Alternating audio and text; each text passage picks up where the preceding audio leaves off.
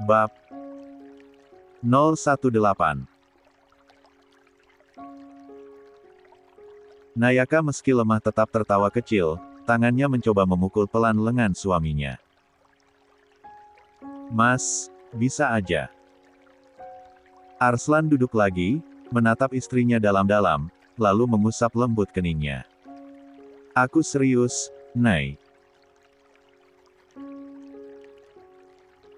Aku hampir gila tadi.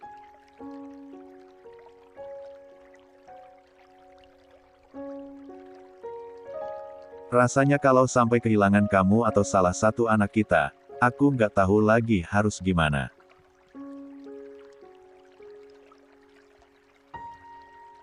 Nayaka menggenggam tangannya erat. Kita kuat, Mas.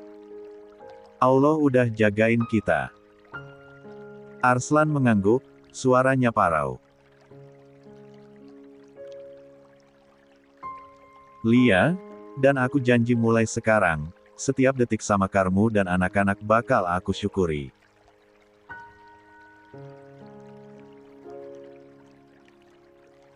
Jangan pernah pergi ninggalin aku, ya.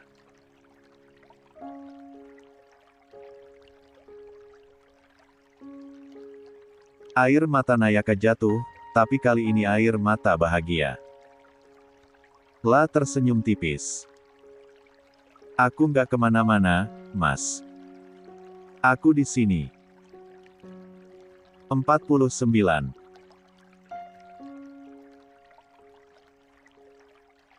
Sama kamu, sama anak-anak kita.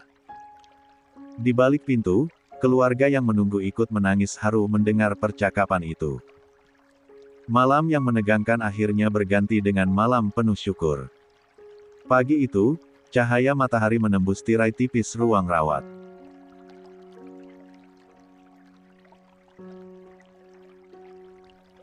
Udara terasa lebih ringan setelah malam penuh doa dan ketegangan.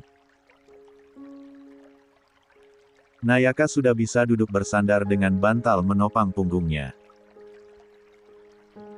Wajahnya masih pucat, tapi senyumnya mulai kembali. Pintu kamar diketuk pelan. Seorang perawat masuk sambil mendorong boks kecil beroda, di dalamnya dua bayi mungil terbungkus selimut biru muda dan pink. Tangisan pelan terdengar, membuat mata Nayaka langsung berkaca-kaca. Ini, Bu. Anak kembar Elbu, ucap perawat dengan senyum hangat. Arslan refleks berdiri. Wajahnya yang biasanya datar kini jelas panik bercampur kegirangan. Astagfirullah, kecil banget. Gimana kalau jatuh? Masih bisa patah kalau aku pegang, gumamnya, menatap bayi-bayi itu seolah menatap barang pecah belah. Perawat terkekeh kecil mendengar ucapan spontan Arslan. Tenang Pak, Bapak kan dokter. Gendong bayi saja kok panik. Arslan langsung mendengus. Aku dokter, iya. Tapi dokter yang biasanya pegang pisau bedah, bukan gendong makhluk sekecil ini. Nayaka tertawa kecil sambil menghapus air matanya. Mas, jangan lebay. Sini, aku mau lihat. Perawat mengangkat bayi pertama dan meletakkannya di pelukan Nayaka. Air mata Nayaka langsung jatuh begitu merasakan tubuh mungil putranya di dada.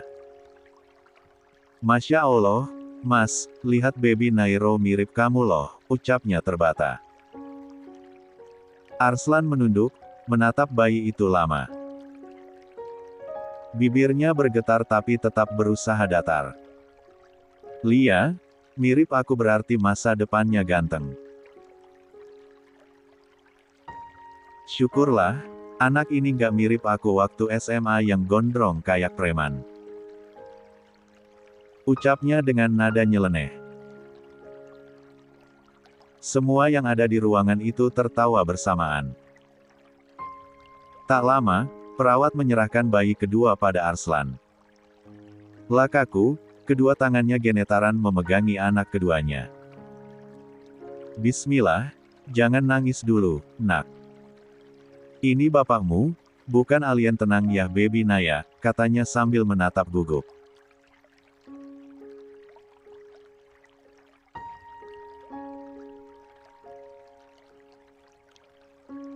Begitu salah satu bayi itu menggerakkan tangan mungilnya, menyentuh jari Arslan, wajah datarnya runtuh. Air mata jatuh tanpa bisa ia tahan. Ya Allah. Ini nyata. Aku punya dua malaikat kecil sekarang, baby Nairo dan baby Naya. Nayaka menatapnya dengan senyum haru. Mas, aku bahagia banget. Arslan mengangguk cepat, suaranya parau. Aku juga. Tapi, kok aku ngerasa lagi bawa bom waktu, sayang. Baru 50. Napas dikit aja, tangannya udah gerak. Aku takut salah posisi mereka bisa jatuh. Nayaka tertawa di sela air matanya. Ya ampun, Mas.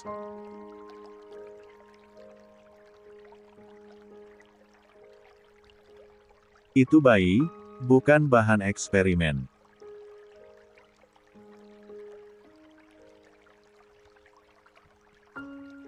Arslan menghela nafasnya, lalu menatap kedua bayinya. Dua anak ini resmi bikin aku jatuh cinta lagi. Tapi jangan khawatir, sayang, kamu tetap nomor satu kok. Nayaka tersenyum lemah. Aku percaya, Mas.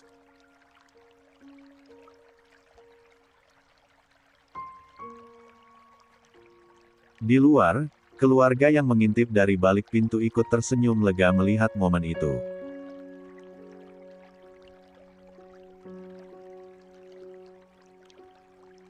Setelah semalam yang penuh tangis dan doa, pagi itu ruang rawat dipenuhi tawa, air mata bahagia, dan cinta yang tak terbatas. Siang itu, pintu kamar rawat terbuka pelan. Suara langkah kecil terdengar sebelum sosok mungil dengan rambut ikal dan pipi tembam masuk sambil digandeng Budina. Kuina. Panggil Nayaka dengan senyum yang belum sepenuhnya uat. Bocah 1 tahun 6 bulan itu langsung melepas pegangan neneknya, berlari kecil ke arah ranjang. Mama. Ucapnya cadel, lalu meraih tangan Nayaka.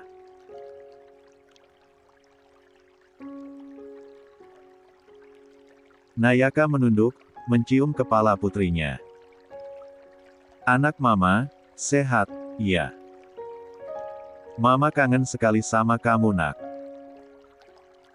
Air matanya langsung mengalir, bahagia karena akhirnya bisa berkumpul dengan si sulung. Arslan yang masih duduk sambil menggendong salah satu bayi, melirik datar. Nah, ini dia. Si bos kecil akhirnya datang ketemu dua karyawan barunya. Ujarnya Nayaka. Kuina menoleh cepat, matanya bulat menatap bayi mungil yang digendong papanya. La mendekat, lalu menunjuk dengan jari mungilnya. Itu, boneka. Sontak semua yang ada di ruangan tertawa. Nayaka hampir tidak bisa menahan geli meski kondisi tubuhnya masih lemah. Arslan mengangkat alis. Hei, ini adik kamu Naya dan Nairo, bukan boneka. Dua-duanya asli, bukan hasil beli di toko mainan. 1. Kuina masih bingung. La menoleh ke bayi lain yang tidur di box, lalu kembali menunjuk. kecil, kayak ayam. Masya Allah, Kuina. Nayaka menahan tawa sampai matanya basah. Arslan malah nyengir datar, ekspresi khasnya. Ya ampun, nak. Kamu baru 1 tahun lebih, udah berani ngerosting adik sendiri. Untung aku bukan bayi, bisa-bisa kamu bilang aku kayak dinosaurus. Kuina meringis, lalu mendekat lagi, berusaha menyentuh tangan kecil adiknya. Saat jarinya disentuh balik oleh genggaman mungil sang bayi, wajahnya langsung berubah cerah. Mama, Dedek pegang aku. Serunya polos. Nayaka mengangguk, mengusap lembut kepala putrinya. Lia, sayang. Itu adik kamu sayang banget sama kamu. Arslan menatap 3 sosok itu, istrinya yang lemah tapi tersenyum, putri sulungnya yang polos, dan bayi mungil yang 51. Baru lahir. Untuk pertama kalinya, wajahnya benar-benar luluh. La mendesah pelan, lalu berkata dengan suara parau, "Ya Allah, ini rumahku, mereka adalah rumahku." Kuina menoleh ke papanya, lalu tiba-tiba nyeletuk, "Papa gendong aku juga, jangan Dedek terus." Arslan mendengus sambil mengangkat alis. Ya elah, baru lahir 5 menit, adikmu Naya dan Nairo udah kalah saingan. Tenang saja, nak, papa tetap punya 2 tangan, 1 buat bayi, 1 buat bocil cerewet kayak kamu. Tawa pecah lagi di ruangan.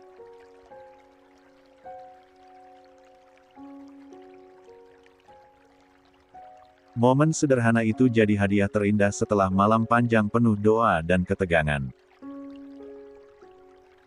52.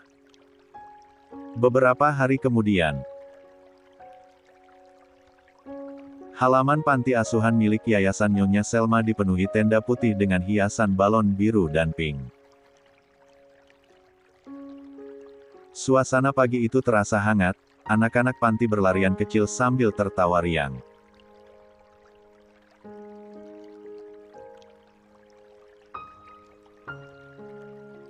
Aroma nasi kebuli, sate, dan kue-kue manis tercium memenuhi udara.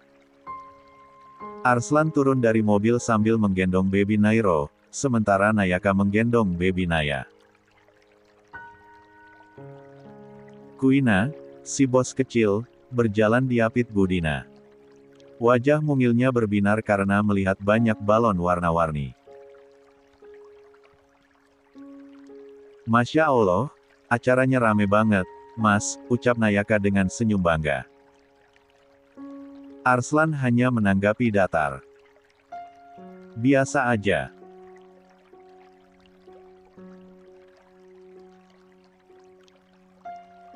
Yang penting acaranya lancar, semua anak senang, dan doanya barokah. Nayaka mendengus kecil. Lia sih, tapi jangan datar banget dong. Ini kan pesta pertama anak kita.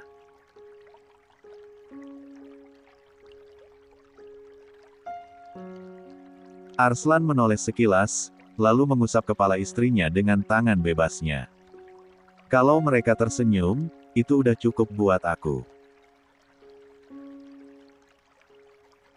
Meriah atau enggak, yang penting doa mereka nyampe ke Allah. Di dalam aula panti, Nyonya Selma sudah menunggu dengan pakaian gamis anggun berwarna krem. Senyumnya hangat melihat kedua cucu kembar digendong orang tuanya. Alhamdulillah, ini cucu mama yang baru.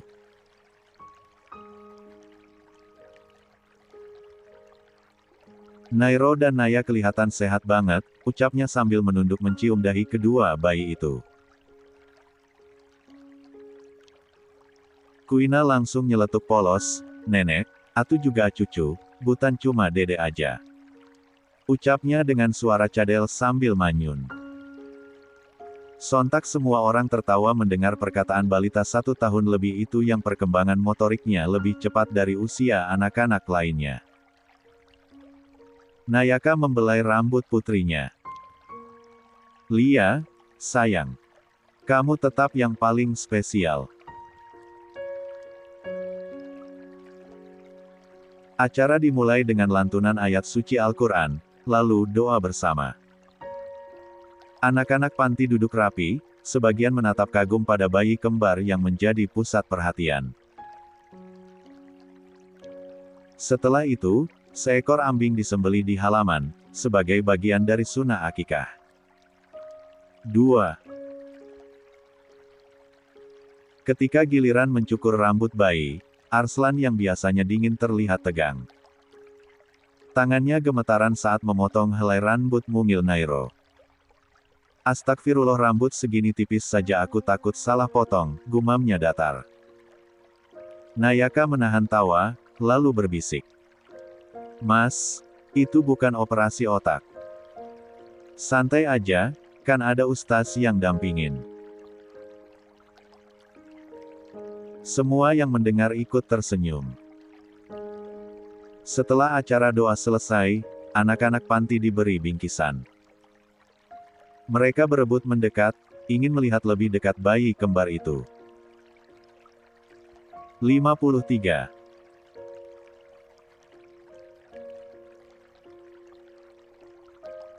Salah satu anak berusia 7 tahun menatap polos, lalu berkata, "Om, bayinya lucu banget. Kalau udah gede boleh main sama kami nggak?"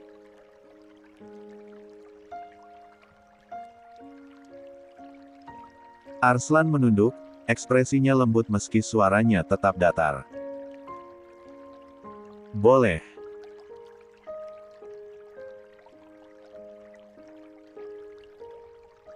Mereka lahir bukan cuma buat keluarga kami, tapi juga harus bisa berbagi kebahagiaan sama orang lain.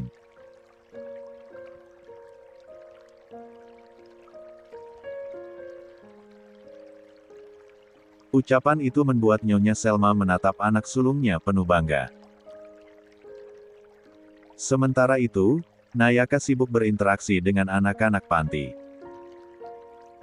La duduk di lantai, memangku baby Naya sambil dikerubungi bocah-bocah yang penasaran.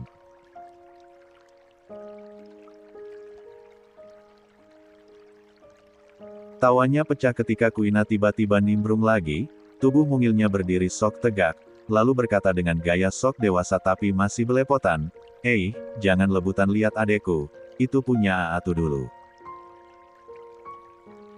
Katanya dengan nada sengau khas anak kecil. Arslan hanya menggeleng pelan, tapi sudut bibirnya terangkat tipis.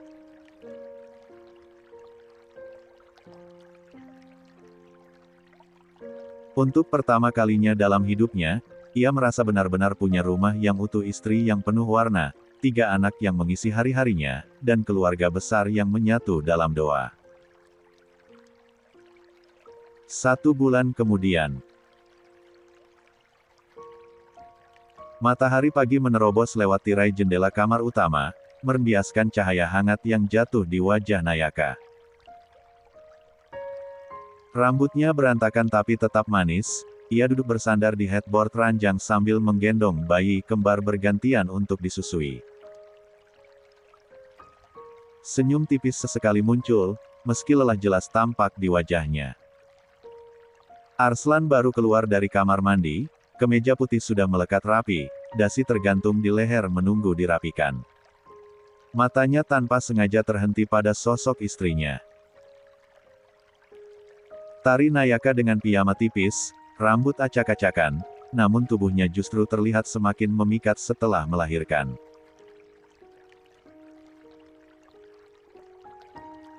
La refleks menegakkan tubuh, menahan napas.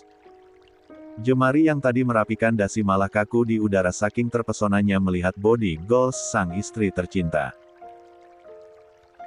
Mas, kok diem aja? Susah yang ngikat dasi.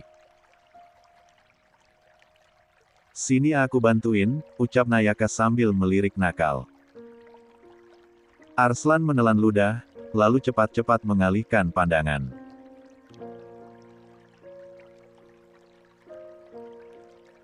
Nggak usah, kamu urusin bayi aja, katanya datar, meski telinganya memerah.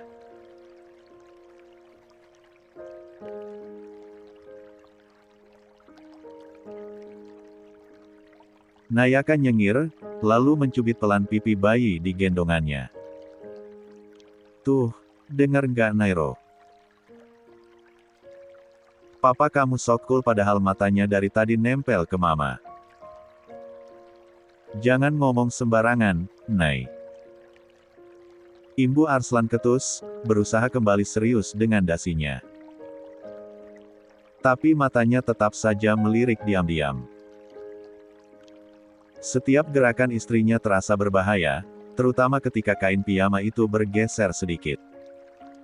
Nayaka seakan sengaja menambah godaan, pura-pura meregangkan tubuh sambil menguap. 54. Duh, abis nyusuin 2 bayi rasanya capek banget, Mas. Badan mama jadi makin kenceng kali ya. Ujarnya sambil menatap Arslan tajam, jelas menggoda.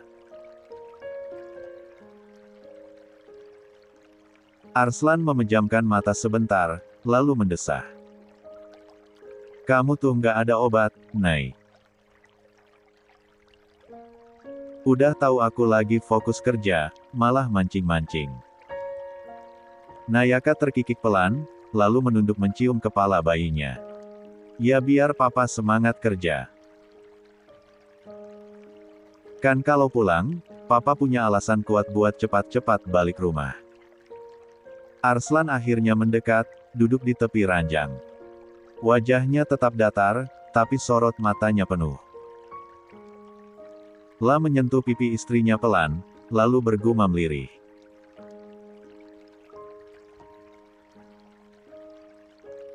Kamu tuh, selalu bikin aku hilang kendali. Nayaka tersenyum puas, lalu menyodorkan bayi mungil ke pelukan suaminya. Nah, coba deh Mas gendong sebentar. Biar papa inget, godaan terbesar sekarang bukan cuma aku, tapi juga 2 bocil yang bisa bikin kita kurang tidur tiap malam. Arslan menerima bayi itu dengan hati-hati, ekspresinya kembali serius. Bener.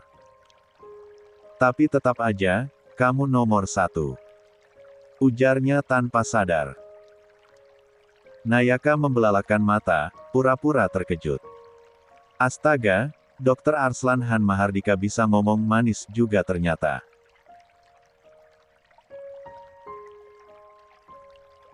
Catat, ini langka banget, serunya sambil tertawa kecil. Arslan melirik datar, meski sudut bibirnya terangkat tipis. Jangan besar kepala. Aku cuma ngomong fakta. Ruangan itu kembali hangat.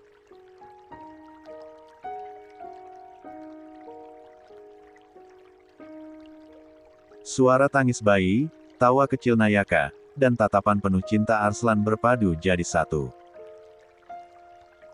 Kehidupan baru mereka memang melelahkan, tapi di balik semua itu ada kebahagiaan yang tak ternilai.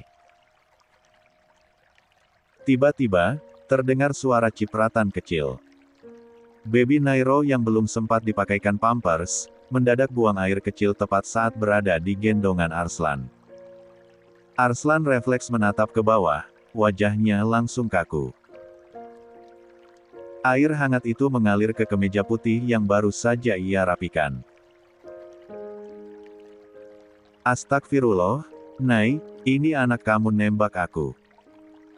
Ucapnya datar tapi nadanya jelas panik. Nayaka terlonjak, matanya melebar. Hah?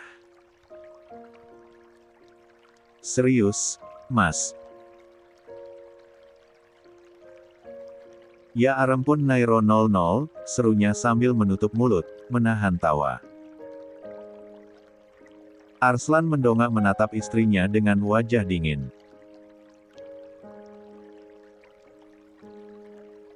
Ini bukan lucu, Nay. Kemeja aku basah. Aku ada rapat 1 jam lagi. Nayaka sudah tidak bisa menahan tawa, sampai bahunya naik turun. Mas, jangan jutek. Itu tandanya Nairo sayang banget sama papa. Dia nitip tanda tangan air di kemeja papa. Arslan mendengus, tapi ekspresi datarnya justru bikin suasana makin kocak. Kalau begini caranya, aku butuh jas hujan setiap kali gendong bayi. Nayaka cepat-cepat meletakkan baby Naya ke box, lalu meraih handuk kecil. La mengelap baju suaminya sambil 55. Cekikikan. Sabar ya, dokter ganteng. Pasien spesial memang suka bikin ribet. Namanya juga bayi.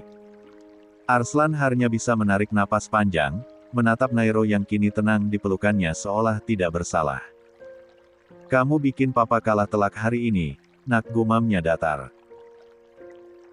Nayaka menepuk bahu suaminya sambil tersenyum. Udahlah, Mas. Anggap aja ini latihan kesabaran.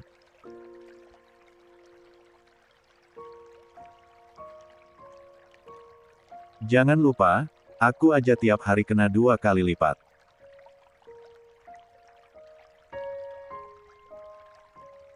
Kadang malah tembakannya double, kanan-kiri.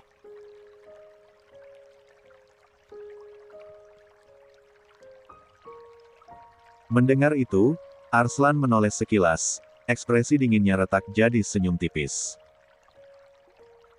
Ya Allah, hidupku resmi berubah total.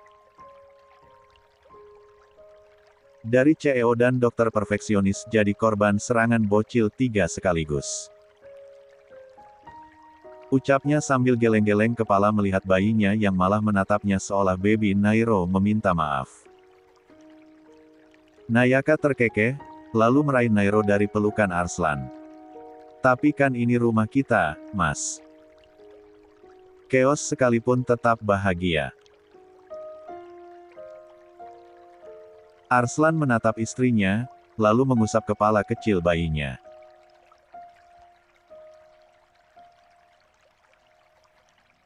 Lia, rumah kita memang di sini. Bersama kalian bertiga. 56. Keesokan harinya. Udara pagi masih sejuk ketika sinar matahari menembus jendela besar rumah megah Arslan. Suasana rumah yang biasanya tenang kini dipenuhi suara tangis dan tawa bayi kembar yang bersahut-sahutan, membuat pagi terasa lebih hidup. Nayaka sudah sibuk dari subuh, menyiapkan perlengkapan imunisasi pertama Nairo dan Naya.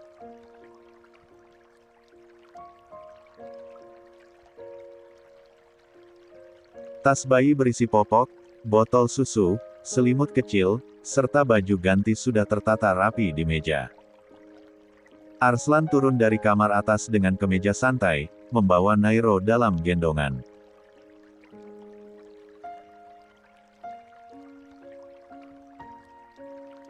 Bayi laki-laki itu tampak tenang, seolah sudah terbiasa berada di pelukan ayahnya. Mas, Naya jangan dipakaikan baju pink terlalu girly. Yang kuning aja, lebih segar, seru Nayaka sambil mencoba memakaikan kaos kaki mungil pada Naya yang meronta-ronta. Arslan melirik, lalu tersenyum tipis.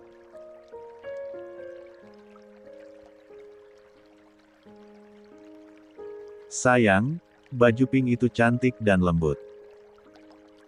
Putri kecilku harus tampil menawan, biar semua orang tahu kalau kecantikannya melebihi siapapun, bahkan melebihi mamanya sendiri. Nayaka langsung mendongak, matanya melotot kecil. Astaga, Mas. Masih bayi aja udah digadang-gadang ngalahin pamor mamanya. Apa jangan-jangan nanti posisiku digeser sama Naya di hati papa, ya? Arslan terkekeh pelan, jarang sekali ia begitu terbuka. Walaupun digeser, aku rela. Karena kamu yang kasih aku anugerah sebesar ini. Suasana tiba-tiba hening sejenak. Nayaka yang tadinya ingin protes malah terdiam, hatinya hangat mendengar ucapan itu. La menatap suaminya lama, lalu tersenyum tipis. Mas, jangan suka bikin aku mewek gini pagi-pagi, gumamnya sambil mencium dahi Naya. Arslan melangkah mendekat, duduk di samping istrinya yang masih sibuk dengan selimut bayi. Tangannya terulur, membelai lembut kepala istrinya. Aku tahu kamu capek, Nay.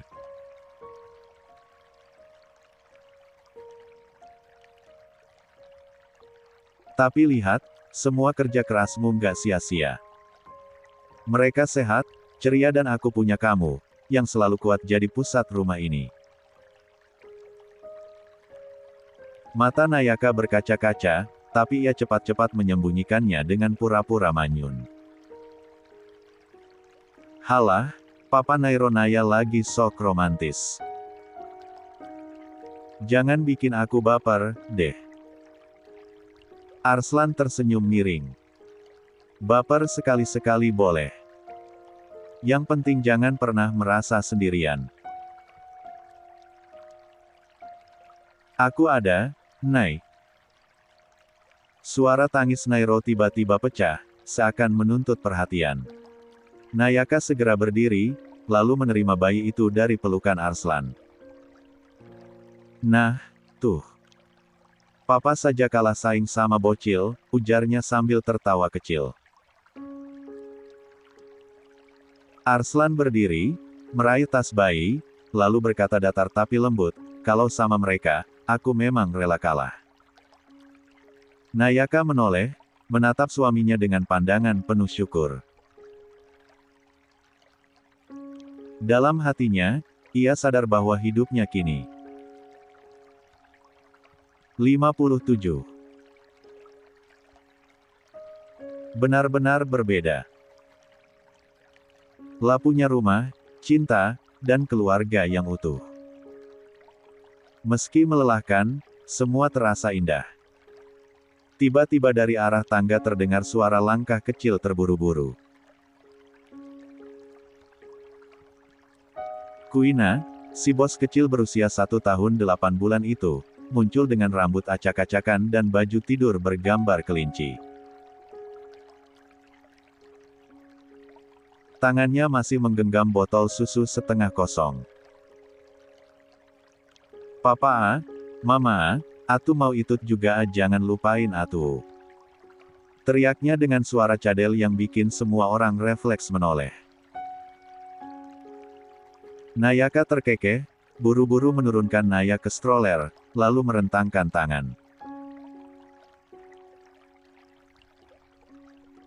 Ya Allah, Kuina sayang, sini. Kok bangun pagi banget? Kuina langsung berlari kecil dengan langkah goyah, lalu memeluk kaki mamanya. Wajah mungilnya manyun, bibirnya monyong. Kenapa adik-adik diulus-telus Ci, atu juga anak mama papa, bukan cuma dedek kembal. Protesnya dengan gaya sok dewasa, tapi lidahnya masih belepotan. Arslan spontan menunduk, menatap putri sulungnya yang cemberut. Si bos kecil cemburu, iya. Tanyanya datar tapi matanya lembut. Kuina mengangguk cepat, lalu menunjuk Naya. Atu nggak mau adik tuh pakai pink itu punya atu dulu, ucapnya sengau sambil menghentakkan kaki kecilnya. Sontak Nayaka terbahak, hampir menjatuhkan selimut dari tangannya. Ya ampun, Kuina kamu lucu banget sih. Pingga cuma buat kamu, sayang. Sekarang giliran adikmu pakai.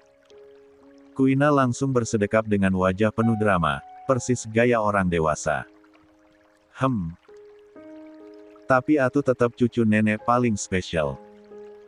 Katanya dengan penuh percaya diri. Arslan akhirnya tak kuasa menahan senyum.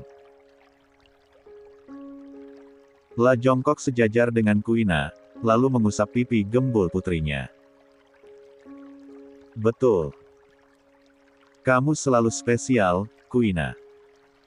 Adik-adikmu gak akan pernah bisa gantiin posisi kamu di hati papa dan mama. Mendengar itu, wajah Kuina langsung berbinar. La terkikik kecil, lalu menunjuk dada Arslan. Janji ya, Pak. Atu tetap nomel catu. Arslan mengangguk tegas, meski nada suaranya tetap datar. Janji. Nayaka menatap keduanya sambil tersenyum haru. Dalam hati ia merasa, meski rumah kini penuh keributan, justru dari situlah lahir rasa syukur yang tak ada habisnya. Pagi itu rumah megah keluarga Arslan benar-benar heboh.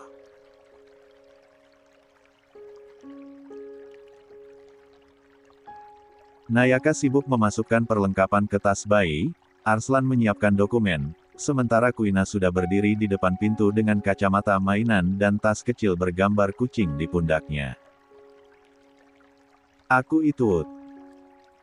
Atu jadi tataak yang jagain adik-adik tuh. Serunya lantang dengan suara cadel. 58.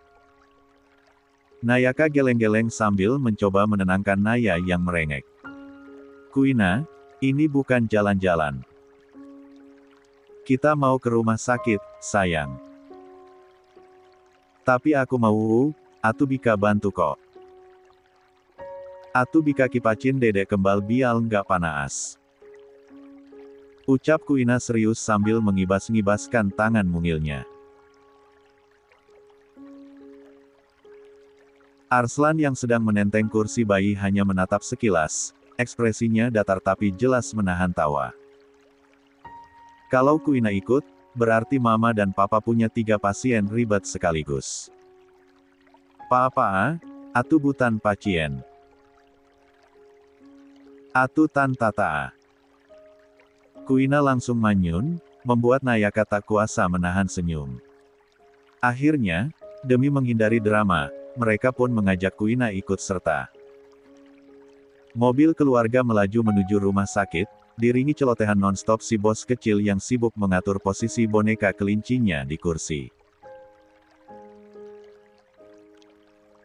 Sesampainya di rumah sakit, ruangan imunisasi sudah disiapkan.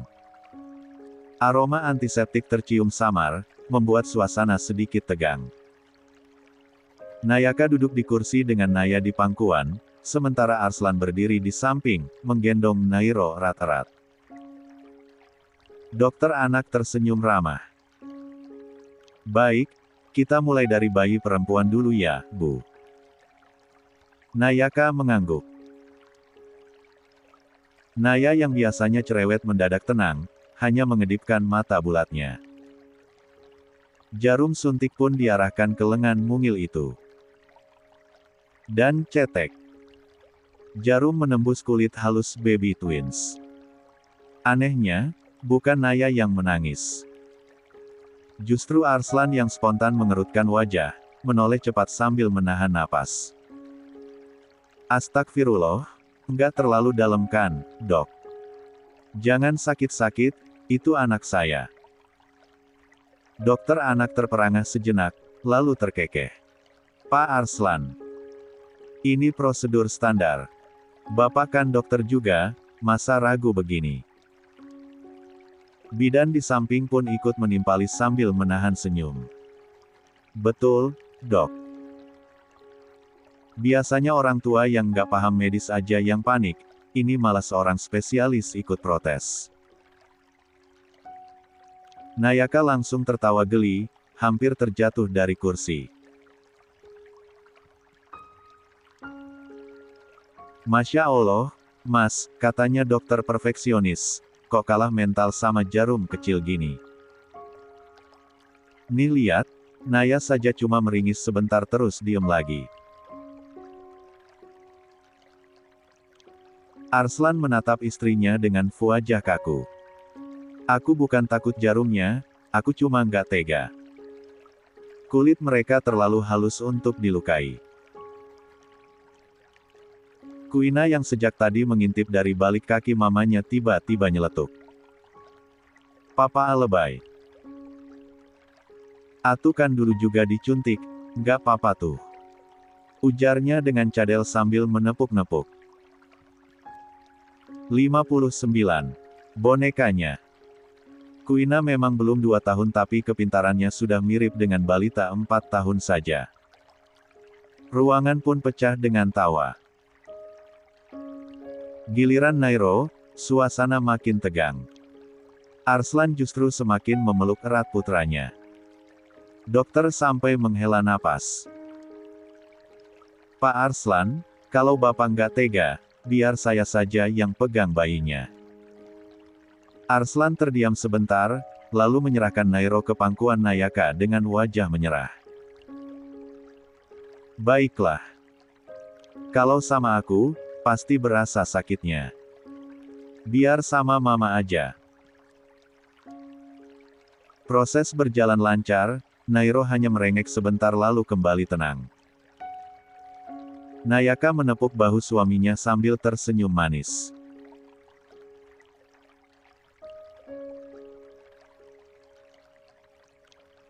Tuh kan, bayi kita lebih kuat daripada papanya sendiri. Arslan hanya mendengus, tapi matanya basah menatap kedua bayinya. Aku nggak peduli orang mau bilang apa. Yang jelas, rasa sakit sekecil apapun untuk mereka aku rasanya nggak sanggup. Ucapan itu membuat hati Nayaka bergetar. La menatap suaminya lama, lalu membisik pelan.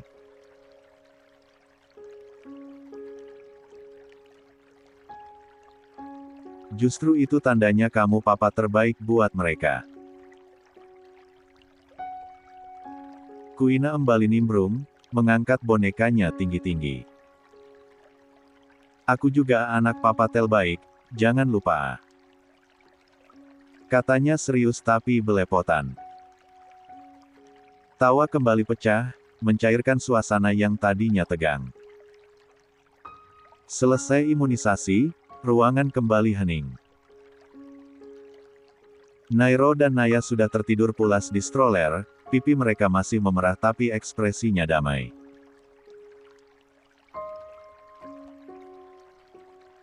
Nayaka sibuk merapikan selimut dan perlengkapan bayi, sementara Arslan berdiri di sisi, masih sesekali melirik anak kembarnya seolah memastikan tak ada luka sedikitpun. Kuina yang tadi sibuk berceloteh sambil memainkan boneka kelinci, berdiri di samping kaki Arslan. Namun, dalam keramaian kecil itu, tak ada yang sadar saat si bos kecil perlahan melipir keluar ruangan. Beberapa menit berlalu, Nayaka menutup resleting tas bayi, lalu menoleh. Mas, Kuina mana? Kok dari tadi nggak ngoceh lagi? Arslan menunduk spontan ke sisi kakinya. Kosong. Pandangan matanya langsung membesar. Dada bidangnya naik turun cepat, wajahnya kaku. La menyapu ruangan dengan tatapan tajam, tapi bayangan Kuina tak terlihat. Kuina. Suaranya berat tapi gemetar, memecah hening ruangan. Tangannya refleks menepis udara kosong, seakan berusaha meraih anaknya yang tadi ada di sana. Nayaka sontak berdiri, kursinya hampir terjatuh.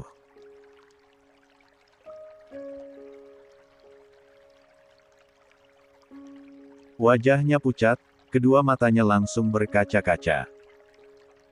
Ya Allah, Mas. Jangan bilang Kuina keluar sendiri. Tubuhnya kaku sejenak, lalu ia menutup mulut dengan tangan bergetar.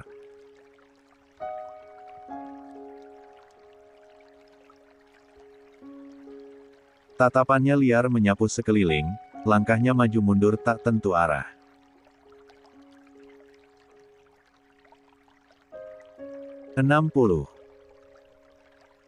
Arslan bergerak cepat, rahangnya mengeras, matanya penuh panik. Aku tadi lihat dia di sampingku. Beberapa detik lalu, suaranya serak, hampir tak percaya dengan kenyataan yang dilihatnya. Tangannya meremas rambutnya sendiri, lalu ia menoleh cepat ke arah pintu ruangan yang sedikit terbuka. Wajahnya berubah tegang penuh amarah pada dirinya sendiri. Astagfirullah, kenapa aku bisa lengah? Nayaka sudah berjalan ke arah pintu, tubuhnya gemetar hebat. Mas, jangan diam, kita cari sekarang. Anak itu baru setahun 8 bulan, Mas. Gimana kalau, suaranya patah, air mata langsung jatuh. Arslan buru-buru meraih bahunya, meski tangannya sendiri bergetar. Tenang, Nay. Aku Jan.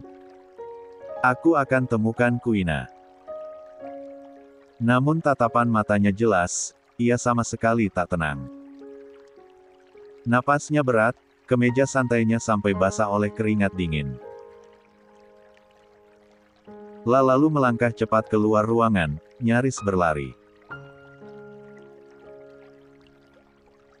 Gerakan tubuhnya tegas tapi kacau, seperti singa kehilangan anaknya. Sementara Nayaka terdiam sejenak, mermeluk dada sambil berdoa lirih, wajahnya diliputi ketakutan yang tak pernah kurasakan sebelumnya. Arslan sudah berlari keluar ruangan, langkahnya berat dan terburu-buru. Suara sepatunya beradu dengan lantai rumah sakit yang dingin, bergema memecah koridor. Nafasnya terengah, sorot matanya liar mencari ke segala arah. Nayaka ikut menyusul sambil mendorong stroller kembarannya dengan panik. Wajahnya basah oleh air mata, suaranya bergetar memanggil. Kuina, sayang, kamu di mana, nak? Semua orang yang lewat ikut menoleh, beberapa perawat menghentikan langkah. Arslan serempat mendekati seorang petugas, matanya tajam penuh tekanan. Tolong, kalian lihat anak kecil, rambut ikal, pakai piyama kelinci. Petugas itu menggeleng cepat, sementara Arslan mendengus frustasi, menepuk dinding dengan keras hingga urat di tangannya menonjol. Nayaka berdiri tak jauh, tubuhnya gemetar hebat. Kedua tangannya mencengkeram pegangan stroller, seolah itu satu-satunya pegangan agar dirinya tak jatuh. Ya Allah, jangan ada apa-apa sama anakku. Bisiknya lirih. Di tengah kepanikan itu, tak ada yang menyadari satu sosok asing berdiri cukup jauh di ujung koridor. Pria berjaket hitam, topi menutupi sebagian wajahnya, bersandar santai pada tembok. Di tangannya tergenggam sebuah boneka kelinci mungil, yaitu boneka yang baru saja tadi dipegang Kuina. Sudut bibirnya terangkat, membentuk senyum penuh arti. Senyum yang bukan sekadar puas, tapi seolah menyimpan rencana besar di baliknya. 61. Mata tajamnya menatap ke arah Arslan dan Nayaka yang sibuk mencari, seolah menikmati kepanikan keluarga itu. Dan dalam diam, ia berbalik perlahan, melangkah ringan menyusuri lorong rumah sakit, menghilang tanpa jejak. 62. Koridor rumah sakit berubah menjadi lautan keresahan. Suara langkah kaki berlarian, memanggil nama, Kuina, yang menggema dari setiap sudut.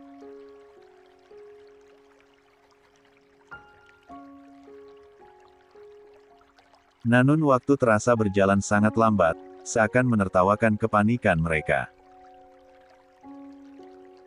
Nayaka terduduk di kursi tunggu, tubuhnya lemas tak berdaya. Tangisnya pecah tanpa henti. Ya Allah, ampuni aku, kenapa aku bisa lengah jaga Kuina, anak itu masih kecil, Mas. Bagaimana kalau dia ketakutan? Bagaimana kalau putriku? Nayaka tak sanggup lagi melanjutkan ucapannya. Suaranya terbata-bata dan serak karena tak henti menangis meratapi kehilafannya. Nayaka menutup wajah dengan kedua telapak tangan. Arslan, meski matanya memerah menahan panik, berusaha tetap tegar dan kuat. Dia tak ingin terlihat lemah di hadapan istrinya ataupun orang lain. Rahangnya mengeras, sorot matanya dingin dan tajam, namun tangannya gemetar saat menyentuh bahu istrinya. Nay, jangan salahkan dirimu. Ini bukan salahmu. Ini salahku. Aku yang berdiri di sampingnya, tapi aku yang lalai. Sesalnya Arslan. La segera meraih ponsel dari saku, jarinya menekan cepat nomor yang sudah sangat ia kenal. Kenzi, suaranya dalam dan tegas, meski terdengar parau, aktifkan seluruh tim terbaik yang kita miliki. Baby Kuina anakku menghilang.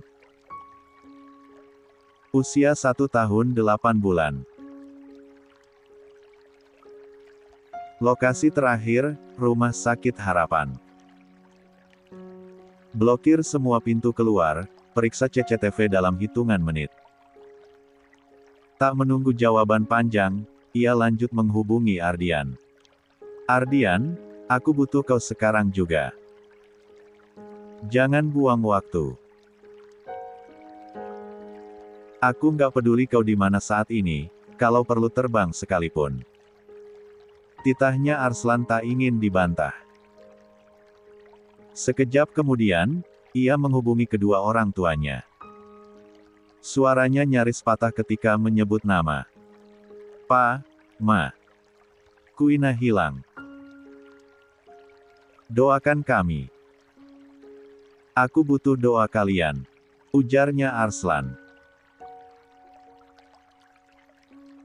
Bu Selma di ujung telepon langsung terisak, sementara Pak Erdem berusaha tetap tenang meski terdengar jelas getaran pada suaranya.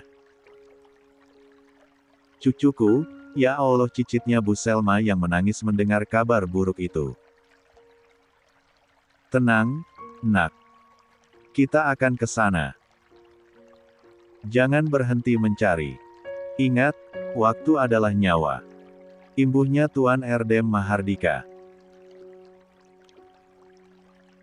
Nayaka yang masih terisak di kursi, ikut menghubungi Budina dengan suara terputus-putus. Ma, Kuina hilang, Ma, doain cucu Mama. Aku takut sekali.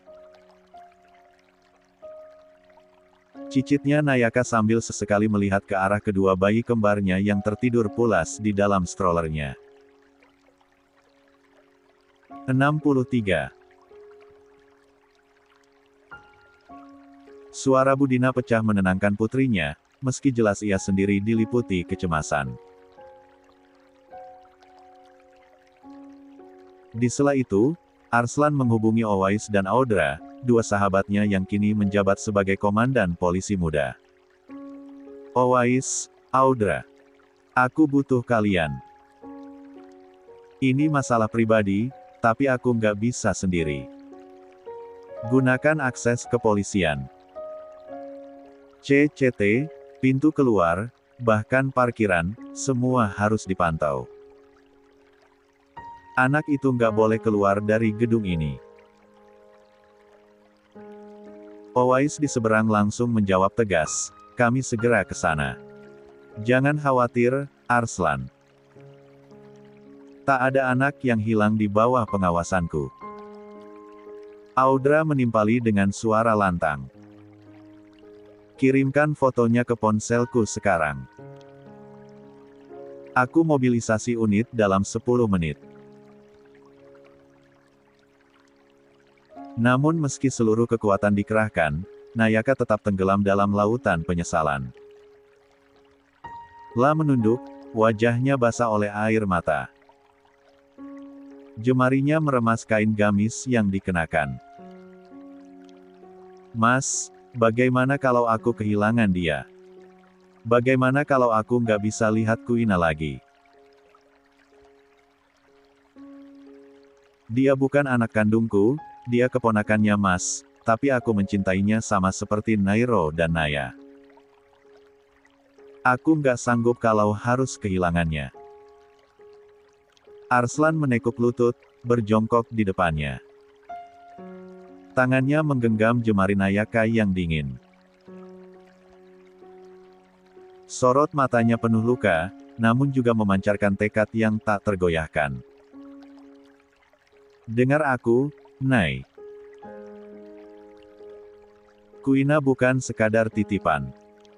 Dia darah kita juga, meski bukan dari rahimmu. Kamu sudah jadi ibu terbaik untuknya. Dan aku akan pastikan dia kembali ke pelukanmu. Aku janji, Nay. Dengan nyawaku sekalipun, aku akan bawa Kuina pulang, ucap Arslan yang berusaha menenangkan istrinya. Nayaka menatap suaminya, mata mereka bertemu dalam keheningan yang penuh doa. Air matanya jatuh lagi, tapi kali ini bercampur dengan secercah harapan. Sementara itu, di tempat lain di rumah sakit, sosok pria berjaket hitam tadi berjalan tenang menuju pintu belakang. Di tangannya, boneka kelinci masih tergenggam erat. Namun kini Kuina tak lagi terlihat. Senyumnya makin lebar, seolah ia sedang memainkan bidak catur yang baru saja mengacaukan permainan besar keluarga Arslan. Dan dalam keheningan langkahnya, satu hal jelas yaitu ini bukan sekadar penculikan. Ini awal dari sebuah rencana yang lebih kelam.